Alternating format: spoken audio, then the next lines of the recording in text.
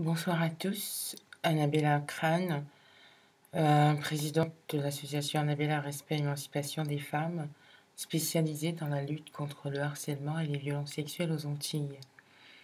Ce soir, je suis venue vous dire que je suis Brittany, car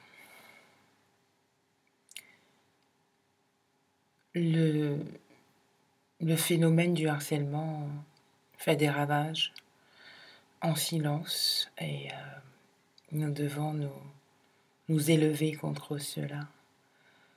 J'en ai fait personnellement mon cheval de bataille depuis des années.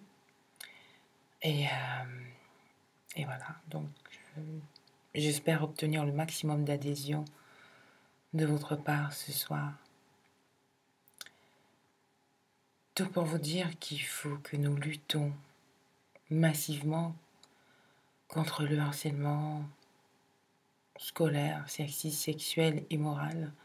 Et ceci dans toutes les sphères de la vie, c'est-à-dire à l'école, dans la rue, au travail, les transports, dans les transports, à la maison, en boîte de nuit, sur les terrains de, de sport, dans les gymnases et consorts.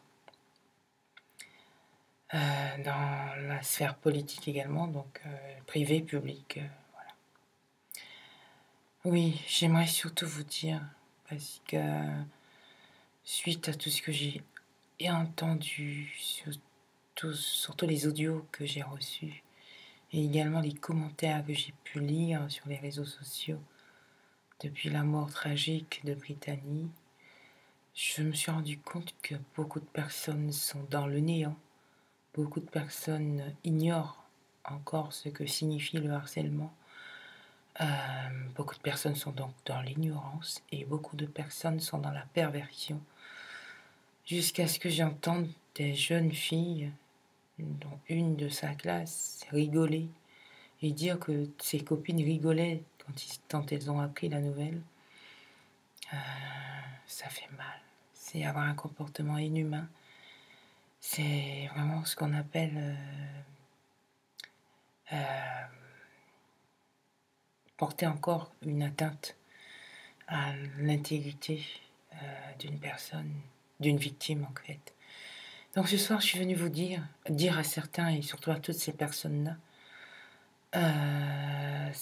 toutes ces personnes perverses, d'arrêter. D'arrêter et d'arrêter de juger les victimes, d'arrêter de juger les familles, de respecter les victimes, même après la mort, et de respecter leur famille surtout. Prenons leur défense plutôt que de porter atteinte une seconde fois à leur intégrité psychologique et physique par un jugement, un regard, une brimade, un mépris, des injures, des rigolades. Ouais, bon, ça englobe tout, ça englobe les brimades en quelque sorte.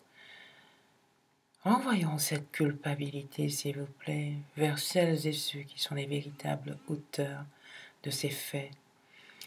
N'attendons pas d'être harcelés pour comprendre ce que c'est que de mourir en silence, à force d'être humiliés et punis à longueur de journée. Il est nulle question de force de caractère pour y être confronté, et encore moins pour y résister. Il est donc primordial de soutenir et de respecter les victimes, ainsi que leurs familles, je le répète de nouveau. Ne les accablons pas une seconde fois, et ceci même après la mort. Sauvons des vies, plutôt que de fermer les yeux sur les auteurs de ces violences qui tuent gratuitement et sournoisement des innocents. N'oublions jamais que le harcèlement est un délit puni par la loi. Je suis Brittany ce soir, oui, et je veux surtout vous dire que quand une personne subit le harcèlement et qu'elle frôle la mort ou commet l'irréparable comme Brittany, ce n'est nullement, je le redis encore, un signe une preuve de lâcheté, mais juste parce que le calvaire infligé a atteint le summum, car il a créé une blessure intérieure et inguérissable, et que surtout, que notre cri de douleur n'est pas entendu. Car les victimes du harcèlement espèrent au quotidien que leurs doléances soient prises en considération et que l'on prenne rapidement de nouvelles dispositions, oui, de nouvelles résolutions pour que cela cesse, pour que ces souffrances infligées cessent. Pour celles et ceux qui pensent que ces actes sont normaux, je le reprécise de nouveau, que le harcèlement est une infraction qui est punie par la loi. Encore une fois de plus, respectons les victimes ainsi que leurs familles. Ne les accablons pas une seconde fois.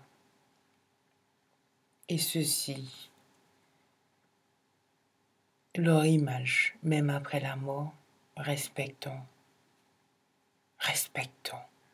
cela. Merci de m'avoir écouté.